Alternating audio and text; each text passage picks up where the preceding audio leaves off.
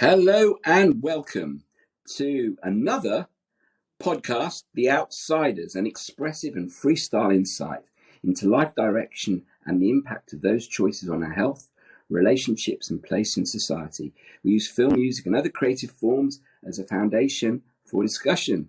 And today, as ever, I am joined by my sidekick and creative influence, Zach Thraves. Hi, Zach. We are on to podcast number 15. And a big apology from Zach and I that we weren't there as we promised to be every Friday or Saturday. This was due to various technical issues and life issues, but we are still on. We are still here and we're still plugging away, trying to bring some insight into the world of being an outsider and how we deal with it on a daily basis. And today's topic is that of success. It's a general topic. Obviously, success means many things to different people. It's all relative. And we just thought, Zach and I thought, that it would be an interesting topic to address. Zach, do you have any insights into the term success? Yes, welcome everyone, and great to be back. And I'm going to start with a book. And seeing as we're visual, I'm going to hold the book up as well, although it will be backwards. But it's called The Science of Getting Rich by Wallace Wattles. And there's a little quote in here that says, every act is in itself either a success or a failure. Every act is in itself either effective or inefficient. And I think that's quite a sort of philosophical way of looking at everything in life, because it is going to be either one thing or another, isn't it? And it's a measure, it's your own measure of it, which is the most important thing. The most important thing, but would you agree? Society looks at success in more of a rigid way, doesn't it? It's because we are painted pictures of success, aren't we? Throughout media and lots of other things, and throughout stories and families everywhere. There's stories of success. But success means something different to each and every one of us. I'll throw that to you. I was just going to jump in there. I think it means there's a norm or a standard, that we understand the word success to mean, whether it's at school or in adult life. There is a measure to it, where people can go, oh, he or she was very successful at that. But as we get older and wiser, hopefully, we realise that actually it's more about what's going on within us. I firmly believe that, and I'm sure you do as well, Zach, knowing you as I do. But I think being outsiders, because this is the perspective we're looking, through this particular lens, it is very strange when you look at a group in society and you realise that you actually have nothing in connection with that sort of ideology or idea or concept. And yet you're kind of thrown into the mix with it, even though you don't really feel connected to it. Can I give you an example of that to make it clearer? I think going into work, and the idea of going into work, where the idea of success is maybe your status, your income, you might be doing very, very well from the outside perspective, but inside you don't feel that sense of elation or joy or anything that goes with it. It's almost like a fundamental thing that you need. And because you're good at it, you're rewarded for it. However, from an outsider's perspective, you might be very good at what you do, but your behaviors are not considered conformist. And therefore, it's very difficult for that organization to reward you accordingly because of your view on interaction on a daily basis. It might not be neutral enough. Can you relate to that? Yeah, I agree with that. Certainly can. I can actually share with you my experience in a previous job that I had, in that I was very good at it. But and I knew lots of the legislation and stuff like that, but I would always question the decisions of the management, or I would make a decision going against what they've advised, but I knew that I was in the right, and I would always get into trouble for it. Or, there was a situation, I remember having 3 managers coming into the room I was in, sitting down at the desk and saying, we need to have a chat. But I argued with them that I did the right thing. And in the end, they agreed I did the right thing. I just didn't follow the correct procedure.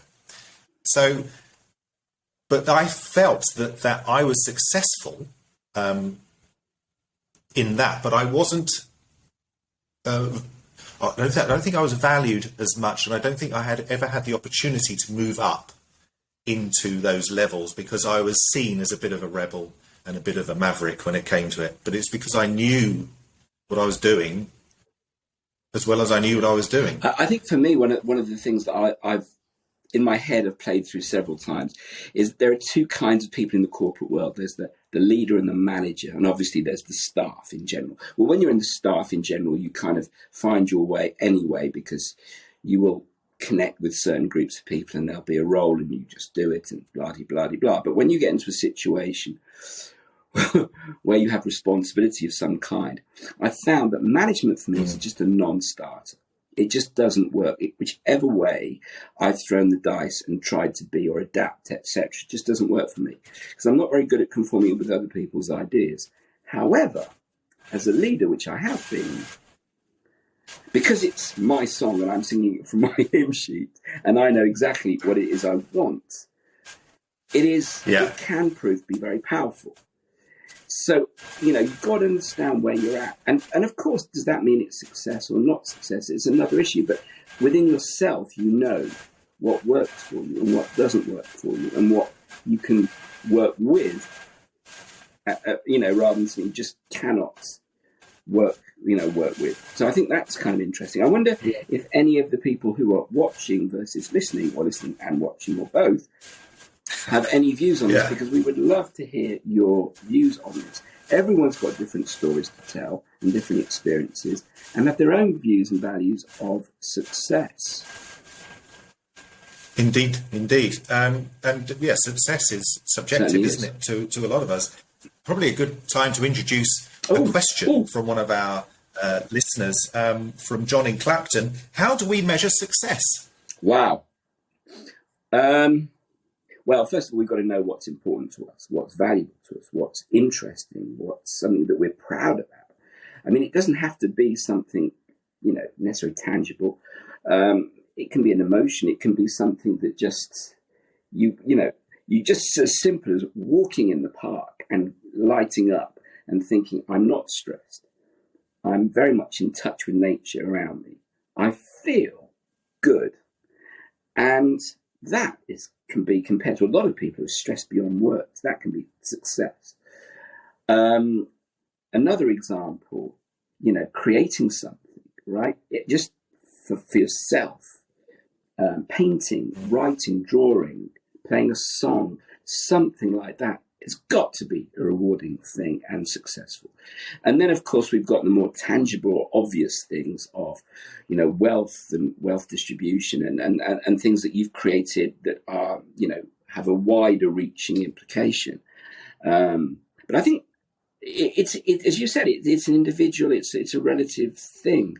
So it can be many things, as long as you as an individual feel good and alive, I think. Well, how about you, Zach? How would you answer that question? It is how you measure it, because we are in a society, aren't we, where, in the Western culture at least, where success is sort of measured by how you're successful by being rich, or being rewarded in monetary value with what you give, or by the tag that you have, the job title that you have.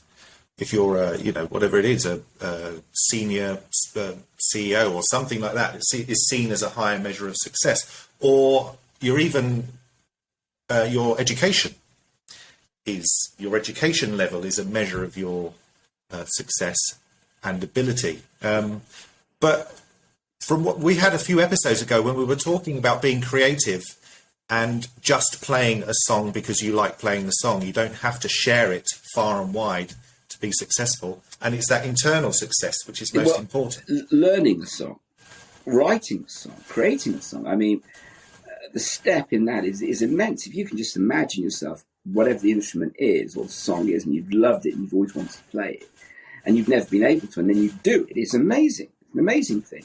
And for me, the idea of actually writing something and then turning that into music is also amazing.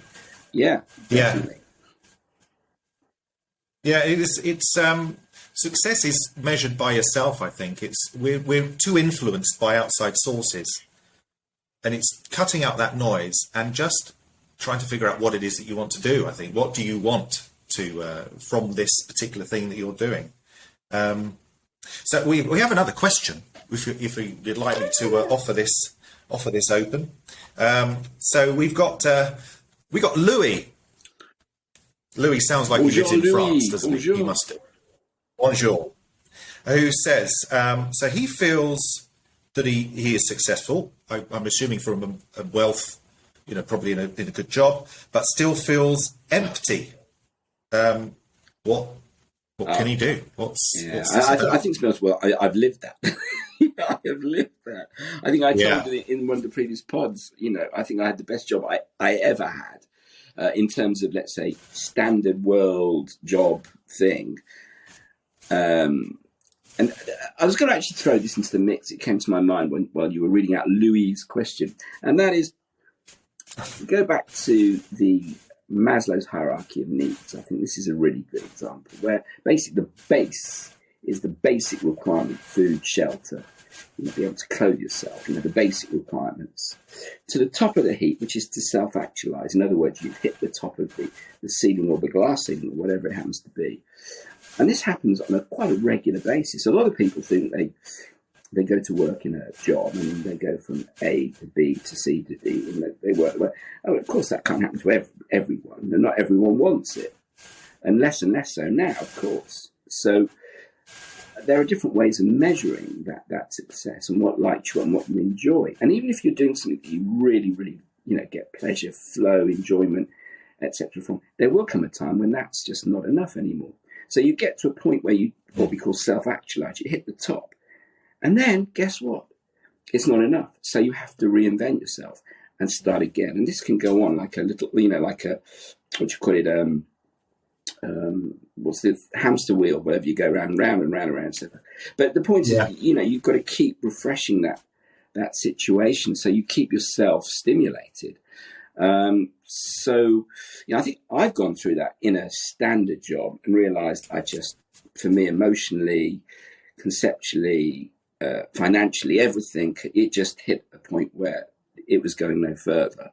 And you have to realize that, because you can't, you might say, well, I've got bills to pay and blah, blah. And we all do go along with it for a while, but there will come a point, if you're sensitive to this, where you can't sustain it. You just can't.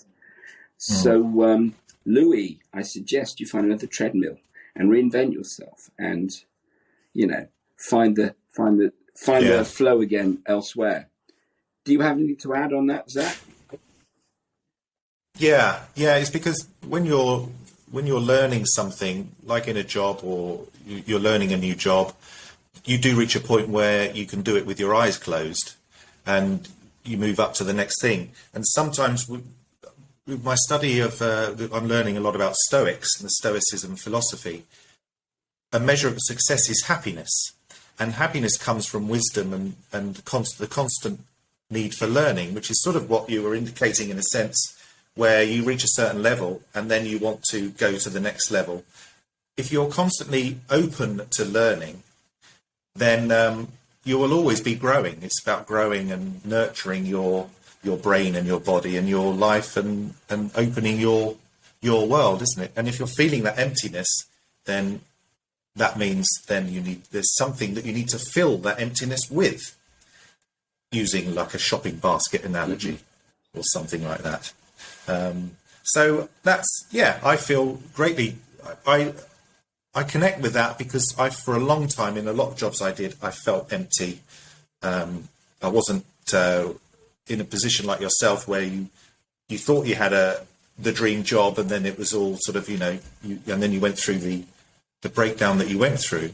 Mine was a lot more different to that, but similar. There were similarities in As feeling I said that to you in emptiness. previous pods before, and as one of our philosophies or our thoughts is, we can all start from different perspectives, and I'm sure a lot of people listening to this have got their own views and ideas, but in the end we end up in the same place, and that's something which is many ways kind of an inclusive thing, actually, that we all sort of get to a certain stage and we end up finding ourselves in the same space. Yeah. So yeah.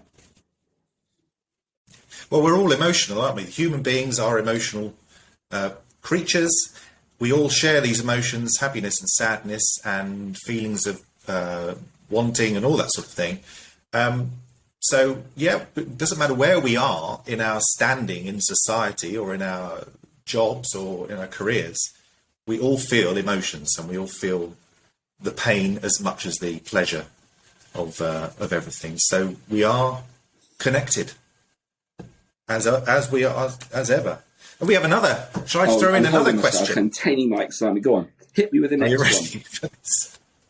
Here we are. Claire says, I believe success is learned early in our lives. Could be. There's a link to school there, isn't absolutely. there? Do you believe the same? Well, even earlier on than that, to be honest with you. I mean, I'm a great believer in this idea of nurture, nurture, support, encouragement at a very early age. Really, it's vital. It's something very deep within me, and certainly with the process that I've been implementing with my reconnection process, my program, and that really is to ensure that we are true to our nature, we follow our path of what lights us up as individuals. And this is something that, again, I nurture with my daughter to encourage her to find her thing that she loves and that she's pursuing it, and feeling that sense of support, nurture, encouragement, and the belief, the self-belief and confidence of doing it. Doing it is the key thing. But to answer Claire's question, I heard something the other day, and I will share this with you, because it really just resonated with me. And it was just by pure chance. I was out a week ago with a friend of mine who's a teacher, and he was saying that one of the students, this is a 16 or 17-year-old student, had decided they were going to jack it all in. They didn't want to study anymore. They weren't feeling any connection with the topic. And this teacher's very, very good, very involved, very supportive, very, very good. And the student didn't want to continue.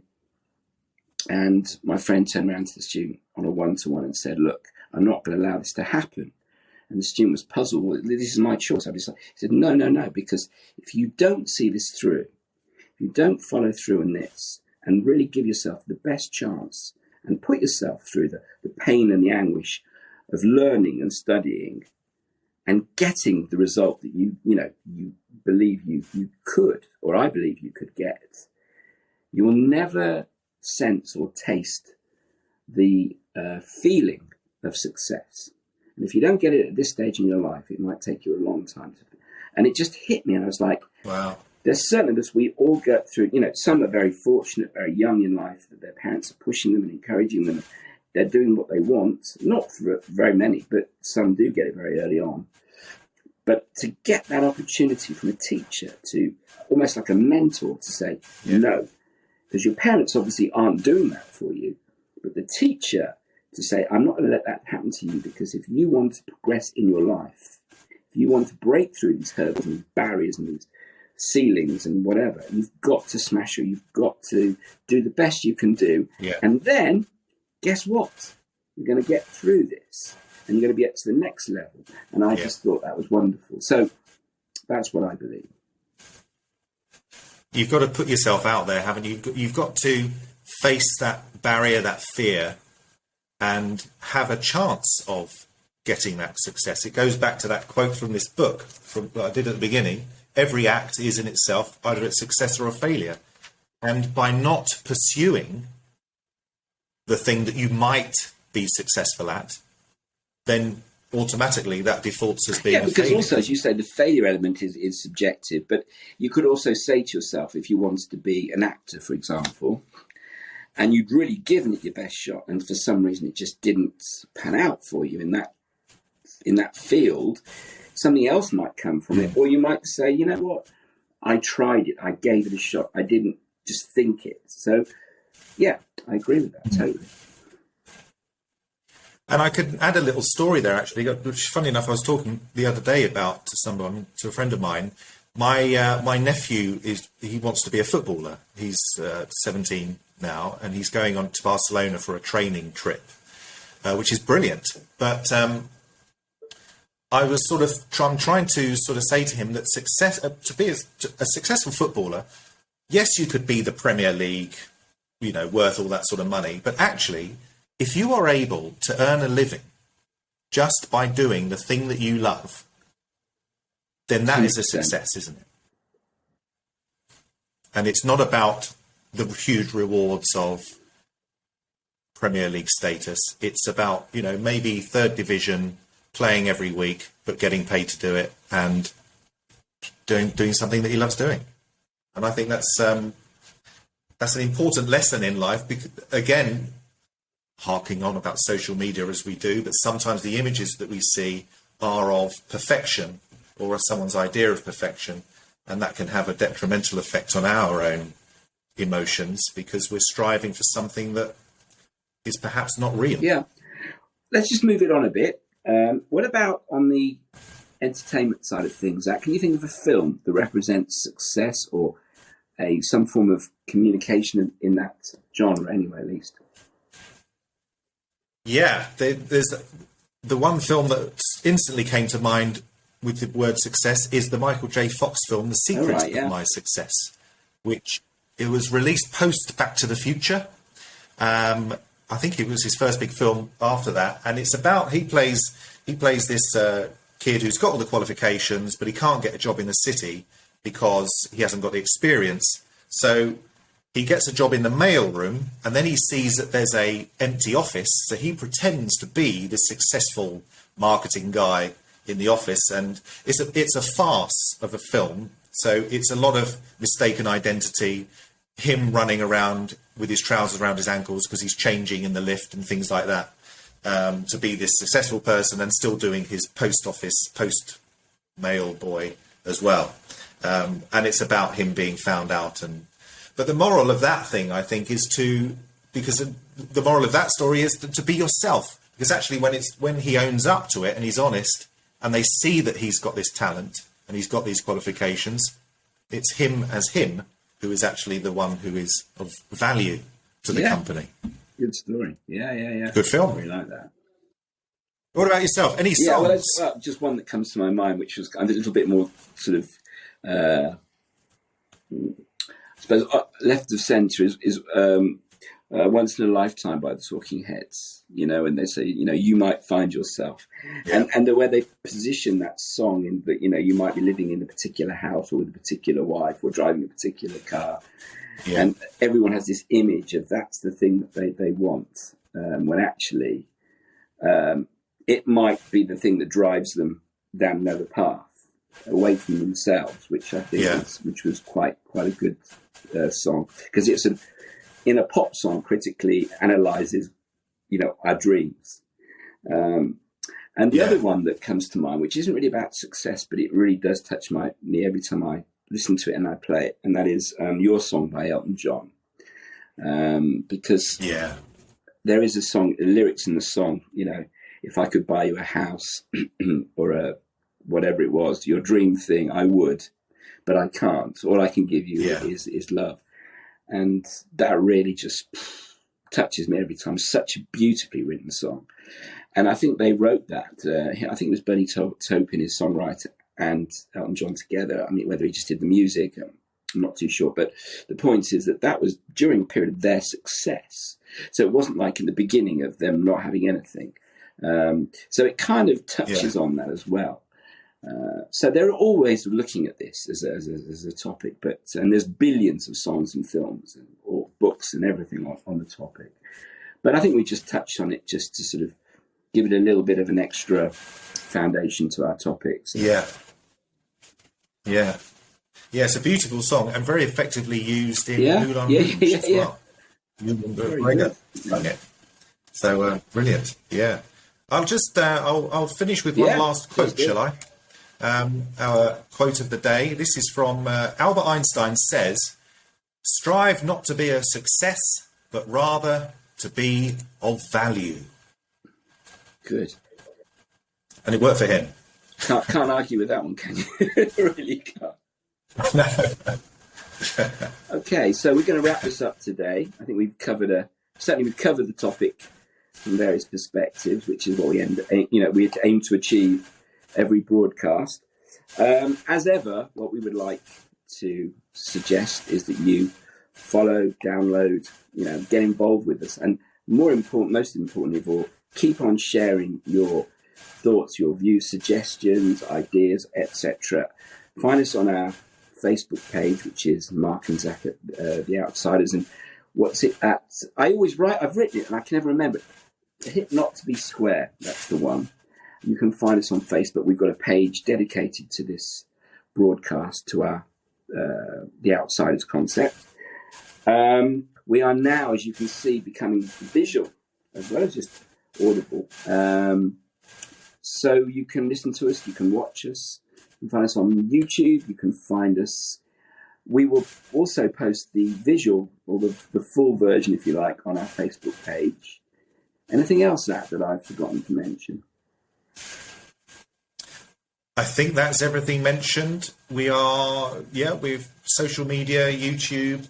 As we're going visual, I may need to have some makeup. So if any makeup artists out there, and we get in will touch. Start to probably play around with the sound quality, the visuals, etc. But this is just, we're going bit by bit with it. We're just hoping that it resonates with you out there. That's the whole point of this. And we will be having we will be releasing our next podcast very shortly too. So this is number 15. Watch out for this one and the 16th. Topic to be defined. That's it. Yeah. Thank you, everyone. Yeah, take care. Goodbye for now. Bye.